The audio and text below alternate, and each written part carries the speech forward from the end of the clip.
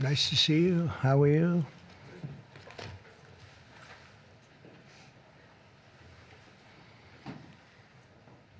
We have a lot of athletic talent and great people behind me. And they're going to do some very important things for our country. Nobody knows LT, right? LT, greatest ever. Lawrence Taylor. You look good. You could play right now, I think, LT. You only look that way. Well, I'm delighted to be here with some of the truly great sports legends of all time as we formally announce the newest members of the President's Council on Sports, Fitness, and Nutrition. This is an important step in our mission to make America healthy again. It's something that's very important, what we're doing, very important. Dating back to the administration of President Dwight D. Eisenhower, this council has championed the vigor and strength and vitality of the American people. Today, we continue that very proud tradition. This group is led by two-time major champion and one of the greatest players in the world, one of the highest ranked, and he just had a phenomenal Open Championship, as you probably saw, shooting one round that wasn't so good, and then he came back with about a 65 or something. He was getting a birdie on every hole. They were worried he might not make the cut, and he made the cut by about 200 strokes. It was pretty amazing. And he had a great week, actually. And he's also the longest hitter of a golf ball, I think ever, but, you know, they say ever. I would say ever. And the longest in the world today, and it's Bryson. He's a great guy. Been my friend for a long time. And from his storied amateur career, where he won the U.S. Amateur, I think once or twice. Did you win it? It was once, and then the NCAAs as well. Okay, you won a lot of other championships, but U.S. Amateur champion. And then, as you know, he won at Winged Foot, won the U.S. Open in Pinehurst.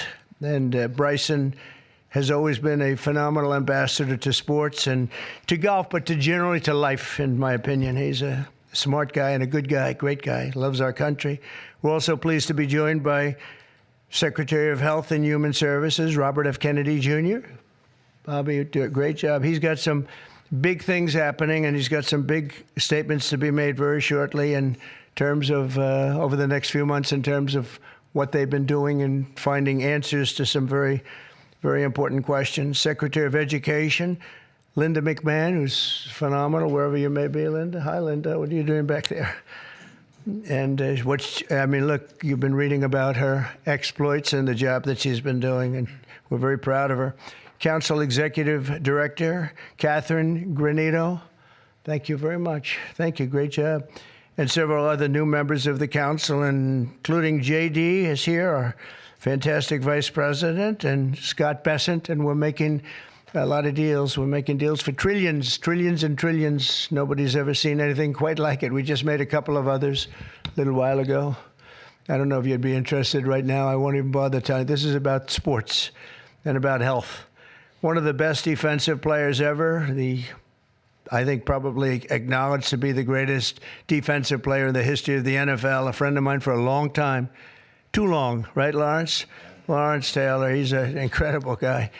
And just been my friend a long time, haven't we? Knew him forever. One of the most accurate kickers in NFL history, a young guy still. He can kick it long. I think I guess he's considered the best there is in the business, Harrison Butker. So, Harrison, where are you, Harrison? He's a handsome guy, by the way. It's usually not my thing, but he is a good-looking sucker. One of the truly greatest golfers ever to play on the LPGA Tour. A lot of people say the greatest female player ever, and a lot of people would say just one of the best players ever. She's phenomenal. I've played a lot of golf with Annika Sorenstam, and she's amazing. Just had an incredibly storied career. Hall of Famer, easily a Hall of Famer, by the way, right at the top of the list. So it's great to have you with us, Annika, and say hello to the family. And then she was here not so long ago with Gary Player, where she got the Presidential Medal of Freedom, and so did he. He's won 168 tournaments and 18 majors, 9-9, and she's the same in terms of the women's game. But that was a great time. It was a great honor to give it to you. You really deserved it. It's the highest medal you can get outside of the Congressional Medal of Honor. That's the military version. And the other is the Presidential Medal, and you got it. So thank you very much. 14-time WWE World Champion, and he's a man who you're not going to mess around with. Even Bryson said, I think I'll take a pass on him, right? You're going to take. And he's another one who's been my friend for a long time. He's really an amazing athlete. Triple H. Triple H. Here he is. Oh, that's still very strong. He's a strong guy. And it's great to have you. And you felt very strongly about this, about the council. 100%. Yep. Well, it's a great honor to have you. Offensive lineman, NFL, very respected, very smart. Cody Campbell. Thank you, Cody, very much. Thank you very much. In addition to the people here, we have other council members that want to just pay their respects. One of the greatest players and athletes ever. You could say, when you look at records, there's probably nothing like it. Tiger and Jack. This is Jack. Tiger was here not so long ago getting the Presidential Medal of Freedom also. He's a fantastic guy. And on the council, we have Jack Nicklaus, and he sends his regards. We have Gary Player, one of the greats. Nellie Corder, who's a phenomenal young, I think you'd say great young player. Annika, right? She's a fantastic person, too. NFL icons, Tony Romo, also a great football player. Quarterback, also a great golfer. Nick Bosa, who's, you know him, he's a modern-day version of Lawrence. What do you think? He's pretty good, right, Lawrence? Pretty good. He is. Saquon Barkley was on the council. And Tua Tagovailoa, the quarterback, who is really, he's been fantastic. He's been, when he's not injured, he's great. He's got to stay healthy. But he's a great guy. NFL Commissioner Roger Goodell is on the commission. NFL Commissioner Gary Bettman. And the great one, Wayne Gretzky, is on. And a man who also received the Presidential Medal of Freedom, Mariano Rivera. And when I looked at his record, it was unbelievable. The Sandman, my wife said, why do they keep playing the Sandman when he walks in? And I said, because he just puts the batter to sleep. He was great. When you look at his record compared to second, and Raleigh Fingers was great, and he was really great. But when you look at the record, boy, Mariano had a record. I've never seen anything like it. He was so high up.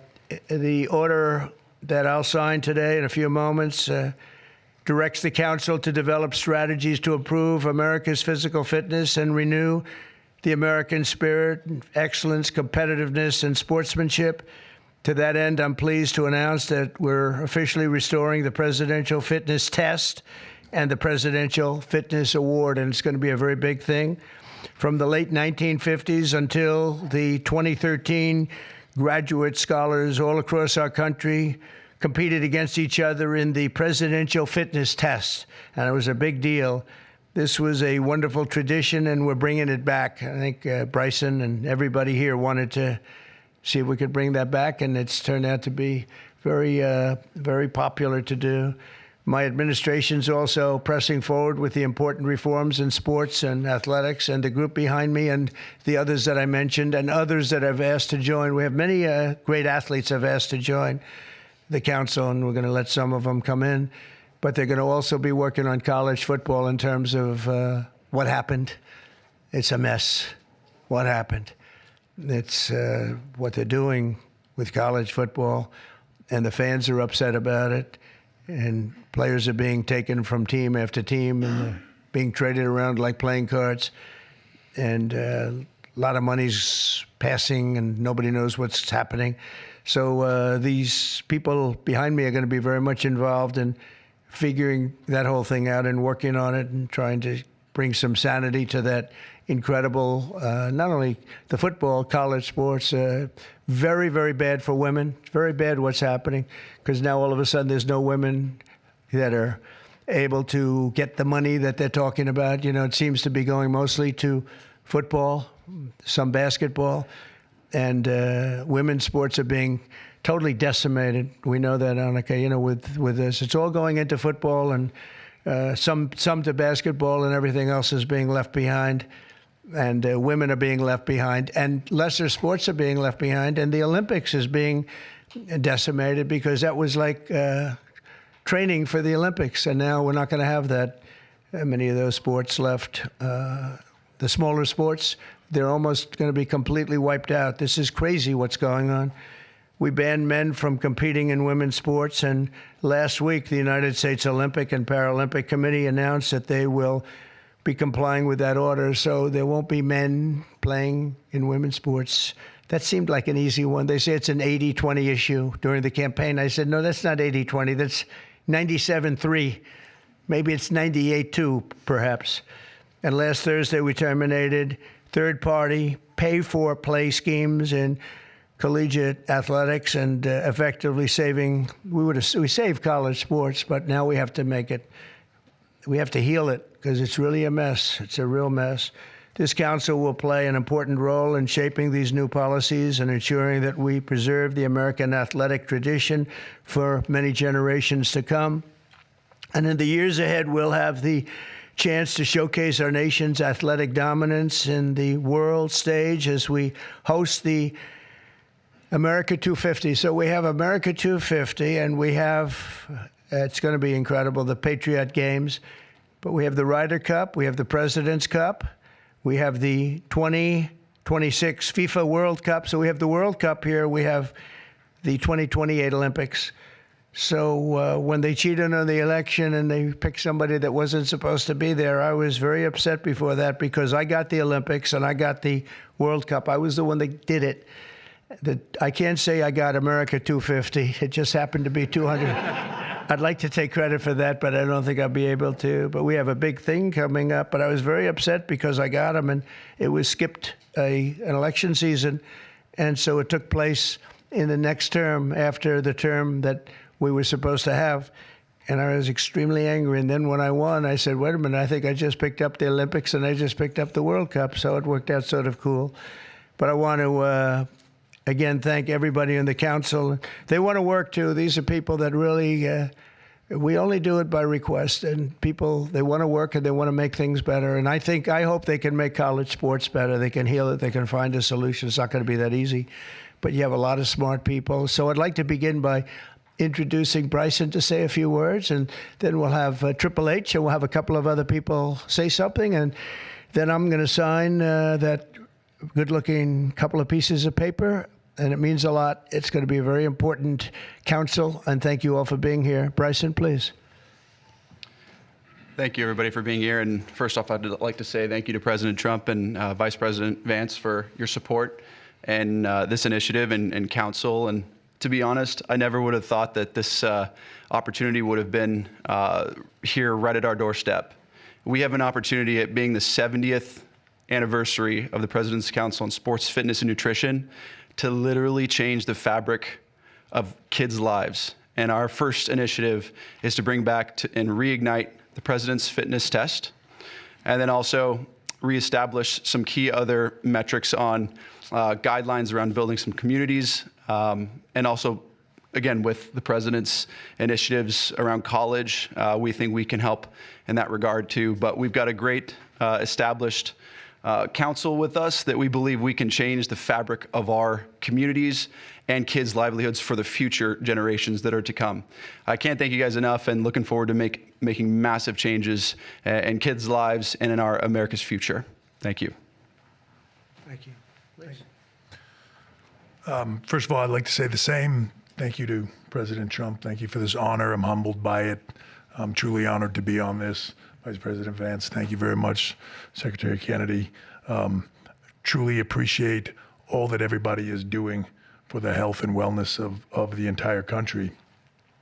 For me, since I was 14, this has been such an important part of my life. Health, fitness, sports, nutrition, all of it. I think learning that at a young age sets you up for success in life. And without it, you're at a lesser place for it. So I look forward to the opportunity to do this. I look forward to the opportunity to help make our youth healthy, help get them engaged in sports, and let them learn what it takes to be successful in life. So thank you very much for the honor. Thank you. Very much. Thank you. Thank you.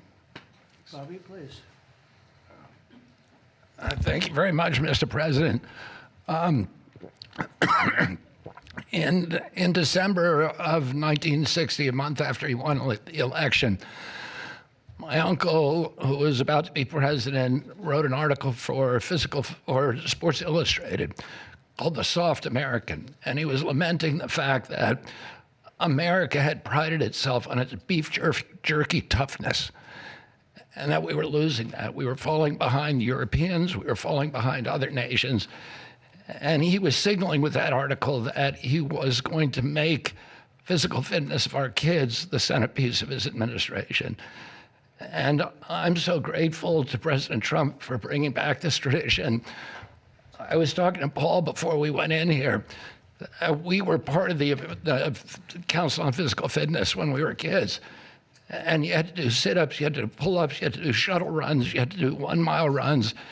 And they awarded the top 15% with a patch and with recognition and with certificates. And for me, it was a huge item of pride when I was growing up.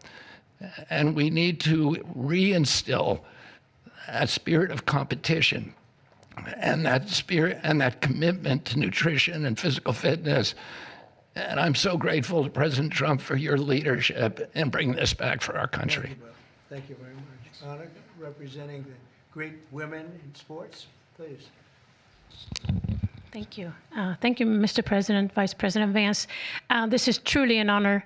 I want to thank the team behind me here for giving us trust to be able to do this. Sport has always been part of my life, and the importance of living a healthy, active lifestyle cannot be any more important than nowadays. So thank you for the trust, and I can't wait to get to work to make a difference in kids' lives, but also in people's lives. I think the time is so important. Obesity is the highest it's ever been. Mental health, as we all know, the need ought to be tackled. So thank you for the trust, and look forward to going to work with the team behind me. Appreciate it. Thank you, Don. Lawrence, you want to say a few words? Come on up. Come on. He's a little shy, but once he gets going, nobody can stop. Oh, no, that don't stop. I'm just proud to be on this team. I don't know why.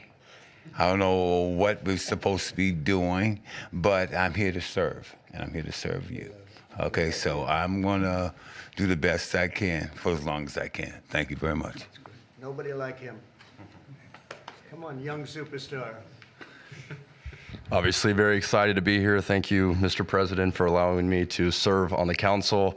Just excited to do my part to help make America healthy again, to help our youth be healthy and thrive and grow up and be great citizens of this country and be great family members and contribute to this great country. And I think you have to be strong in mind, in body, and soul. So thank you so much for allowing me to be here. Thank you. Thank you very much. JD? Okay, sure, sir. Well, thank you all, and thanks to the president for setting up this important commission. Thanks to all the great athletes for lending their credibility to it. I think all of us who have young kids at home just know that kids are healthier, they're happier, they do better when they're out there, they're being active, they're playing in sports, they're hanging out with their friends. I think all of us have thought at one point in the last few years that kids spend a little too much time on their phones, maybe a little bit too much time in front of the TV, and we just want kids to do better. We want them to be healthier, we want them to be happier, and we know that getting out there, playing in sports, and being active and healthy and physically fit is a critical part of this. So all due credit to the President and Secretary Kennedy's leadership. This is all about just making our kids better citizens, better people, and happier in their daily lives. And I think this is a great team to get it accomplished. Thank you, sir. Okay, let's sign this. Linda, come on. We'll sign this for Linda. She's doing pretty well, right? Linda's amazing. Good job.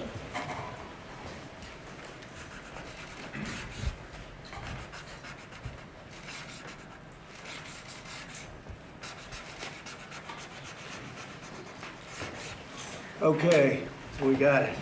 I think we're good.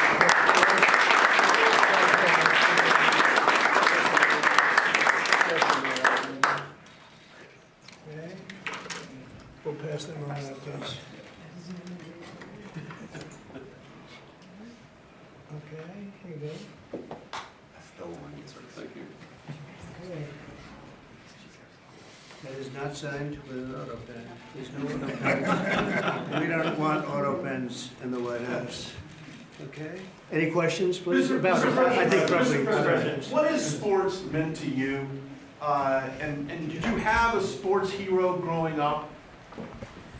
Maybe Lawrence Taylor. I don't know. It could be Lawrence. Or I know him so well.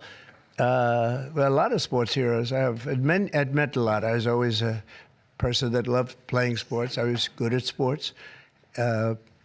When you were really focused on sports, you thought about nothing else. There was nothing else outside.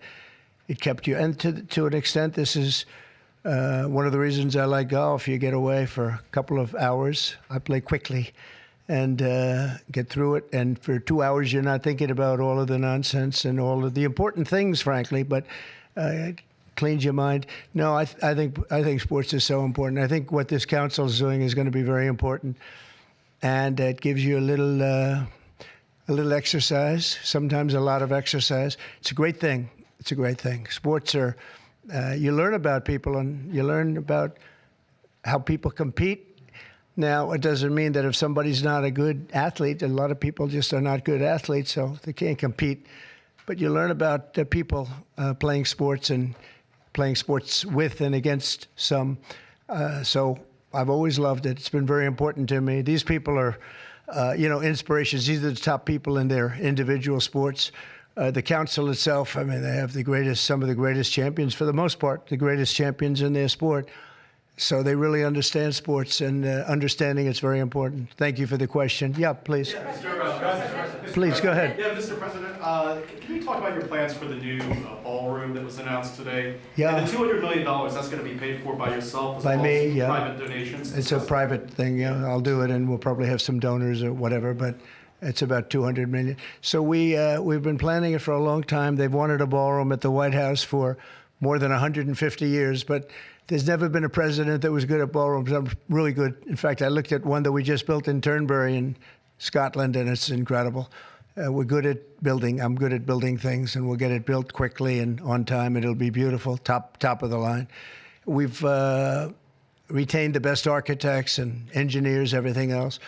It'll be built over on the east side, and it will be beautiful. It'll be views of the Washington Monument. It won't interfere with the current building. It'll be near it, but not touching it, and pays total respect to the existing building, which I'm the biggest fan of. It's my favorite place. I love it.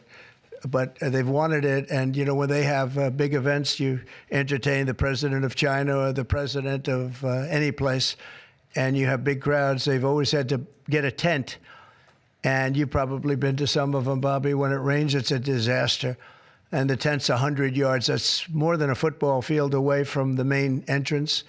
And people are schlopping down to the tent. It's not a pretty sight. The women with their lovely evening gowns, all of their hair all done, and they're a mess by the time they get. And they've always wanted to have it. And I said, in the first term, I said, if I get another shot at this, I'm going to do a ballroom. I was pretty busy in the first because I was running the country, and I was also fighting for survival with all of the lunatics I had to beat. But it worked out, obviously, it worked out very well because here we are. But I always said I was going to do something about the ballroom because they should have one. So we'll be leaving it. It'll be a great legacy project, and I think it'll be special. You saw some renderings of the initial. I think it'll be really beautiful. No government dollars at all. No government dollars, no. Extremely busy week between this executive order, trade, Russia, Gaza, but also the family of Virginia Giuffre released a statement overnight in response to some of the comments that you made this week. You said that Jeffrey Epstein stole people from Mar-a-Lago. At the time, did you know why he was taking those young women, including Virginia? No, I didn't know. I mean, I would figure it was ABC fake news that would ask that question, one of the worst. But no, I don't know really why. But I said, if he's taking anybody from Mar-a-Lago, he's hiring or whatever he's doing. I didn't like it, and we threw him out. We said we don't want him, at the place. This is a story that's been known for many years, as you know. But it's, I didn't like it that he was doing that. Yeah, please. Canada moves forward in Palestine. Palestinian state, is Say it again. if Canada moves forward with recognizing the Palestinian state, is that a deal breaker for you? Well, we're going to see. No, I didn't like what they said, but that's their opinion. I didn't like that.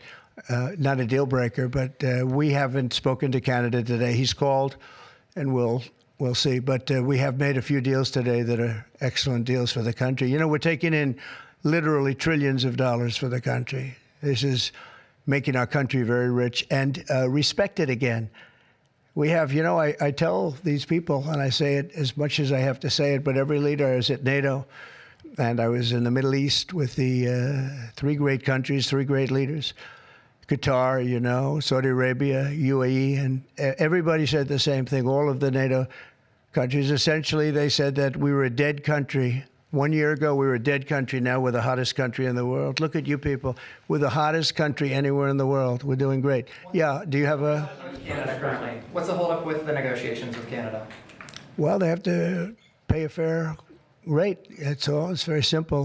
They have been charging very, very high tariffs to our farmers, some over 200%. And they've been treating our farmers very badly. They've been treating our country very badly for years. And look, we like Canada. I love Canada. I have so many friends in Canada. But they've been very poorly led. They've been very, very poorly led. And all we want is fairness for our country. That's all. You know, they want to be under the, as we call it, the Golden Dome. And I said, well, you know, you're going to have to pay for that. They want a lot of things from our country, and for years we did it. We basically protect them with our military. They spend very little money on their military, as you know. Not an acceptable amount of money. Yeah, please. Thanks a lot, Mr. President. Your tariffs policy goes into effect tomorrow. Yeah. As you know, a federal appellate court today heard oral arguments about whether or not you had the authority to unilaterally impose those tariffs. I'm not going to get you to weigh in on the legal arguments, but you're weighing your decision to do that, your authority to do that, based on a 1977 law. It's never been invoked before. Why didn't you invoke this law? Well, we've been winning all along. I just want to ask you, why didn't you invoke this law in your first term? You could have taken in billions upon billions of dollars in your first term, but you waited until your second term. Yeah, because in my first term, I was fighting lunatics like you who were trying to do things incorrectly and inappropriately to a president that was duly elected. And we did do certain tariffs in the first term. If you look at China, we took in hundreds of billions of dollars from China. But when COVID came, the last thing I was going to do is tell France and Italy and Spain and a couple of other countries that we're going to hit you with tariffs. We had to fight the COVID situation when that came. But if you look at my first term, we took in hundreds of billions of dollars worth of tariffs, but you people didn't cover it very well. Mr. President, Go ahead. Thank you so much. I'm representing the foreign poll today. I'm asking you two questions on foreign policy. The first one, do you plan to re-engage diplomatically with Iran, go with direct talks with them, or are you happy with the current situation, having no deal with Iran? Well, Iran has been acting very badly. They were decimated. Their nuclear capability, that potential, which could have happened within 3 or 4 weeks, was decimated. It's been obliterated. The Atomic Energy Commission said the place is just decimated. Now they can start again, but they'd start in different sites because they were hit. I tell you what, the job these pilots did with their B-2 bombers, those unbelievable machines, they traveled 36 hours without stop. And they hit every single target. Every bomb hit they went right down the chutes. And then, as you know, we shot 30 rockets from submarines that were hundreds of miles away, and they hit every target.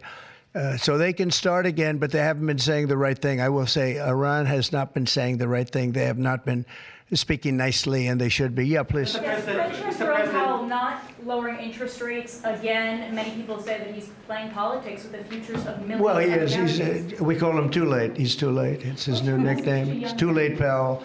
He's a terrible Federal Reserve Chairman. Not only that, he's building a building. He's a $2.9 billion. It's actually 3.1 if you include other areas that are essentially the same thing. Way over budget, has no idea what he's doing. And I would say he's probably good at that compared to what he does with interest rates. But, we have him there, and it was a mistake. I put him in, and then Biden extended him. And Biden only extended him because he knew I couldn't stand him. And that turned out to be not a good thing for Biden. Although he did lower interest rates just prior to the election, didn't work out too well for them. But he did lower them pretty substantially just prior to the election. No, he's a political hack, not very good. He's not a smart guy, Brian. Mr. President, sports fans have been very supportive to go back to the original names of Cleveland Indians, the Washington Redskins. Oh, I love that. I love the sound of that. Well, I do the Washington Redskins. I think they should do it. I told the mayor and I told people that they should bring back the name. If they bring back the name, you'll have a lot of excitement. And I mean, Cleveland Indians, how about that? That was an original franchise, 1903 or something, 1906, an original, the Cleveland Indians. And what do? They changed the name from Indians. What's wrong with the word Indian? You know who is upset about it? The Indians are upset about it. They're upset about Redskins, too. So Redskins, I guess you'd say it was a little bit lesser of a case, but people want to see the Redskins, and the Indians want to see the Redskins back. No, I recommend it. I was asked that question the other day. The Washington Redskins, it's a fabled franchise. And now, I don't even know what the hell their last name is. What are they to Commanders or something? Is it Commanders? It's not a good name. About President Biden, sir. About President Biden, sir. May I ask you a question? Wait a minute. No, not you. You. Mr. President, Kamala Harris, as you know, is not running for governor of California. She's not going to do it. What do you see in her political future, sir? Well, she can't speak. She can't talk. She can't do an interview. I thought it was a very strange campaign that we had. But, I had two of them. We were up by like this massive number of points on Biden, and they said, let's change to Kamala. Nobody knew who Kamala was. Nobody knew her last name, Harris. They said, we're going to get Vice President Harris. Everyone said, who the hell is Harris? They only knew her by the first name. But no, I thought she was a terrible candidate. Look, don't forget, she didn't really get the nomination. I mean, that whole nomination was strange. She was the first one out. She took a good amount of points with her when she announced, but nobody knew her. And once they got to know her, she dropped out very shortly after she started. And she started with a pretty good, she was like in second or third place. But I don't know. I mean, I wouldn't call her a skilled politician. Would you? She's also coming out with a book. Any plans to buy it? I don't know. I think I'm going to buy it. I'd love to see it. No. I'd find it. Look, I find everything in politics interesting. I sort of enjoy politics.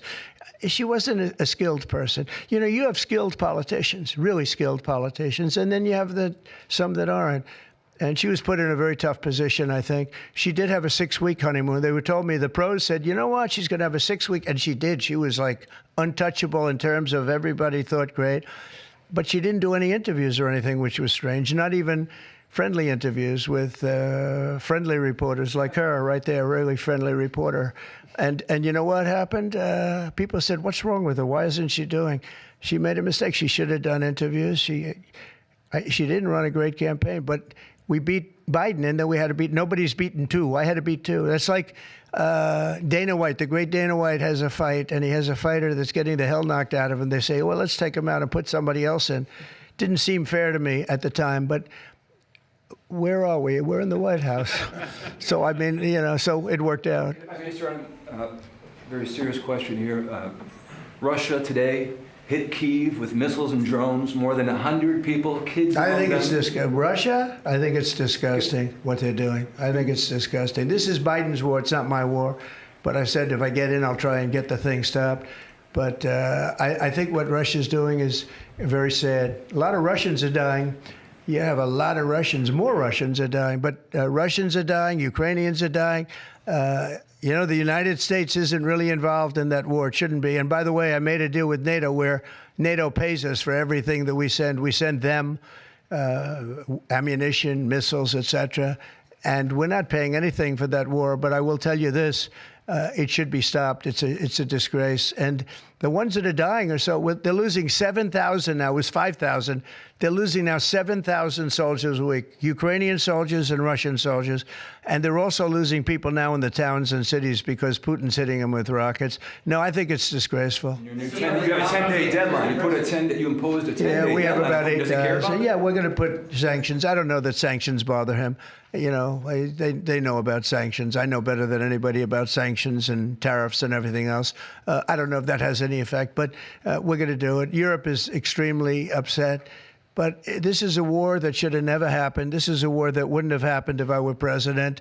And this is Biden's war. This was a stupid war to get into. Should have never gotten into this war. Stephen Coffey's traveling to Israel. Yeah, going to Israel, and then he's going to Russia, believe it or not. Representative Marjorie Taylor Greene has said that what is occurring there is a genocide. Do you agree? Oh, it's terrible what's occurring there, yeah. It's a terrible thing. People are very hungry. You know, the United States gave $60 million for food, and it's a shame because nobody, you know, I don't see the results of it. And we gave it to people that in theory are watching over it fairly closely. We wanted Israel to watch over it. Part of the problem is Hamas is taking the money and they're taking the food. But we gave $60 million a couple of weeks ago. Nobody said anything about it. Nobody said thank you. But I didn't need the thank you. I just wanted the people to get fed. And we're helping out financially with that situation. It's a terrible situation. So just to conclude, I want to thank everybody for being here. I want to thank you for being here. This is a great group of people, and it's a good feeling. You know, when we first came to office, this country was really in trouble, and now we're rich as hell, and we're doing amazing things, and we really are. We're the hottest country in the world, and I like that. Thank you very much, everybody. Thank you. President, can I ask you about life, Mr. President? Can I ask you about life?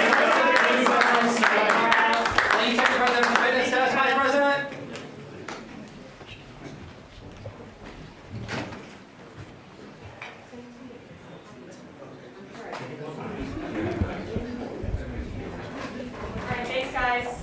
You're ready to go. Go back up.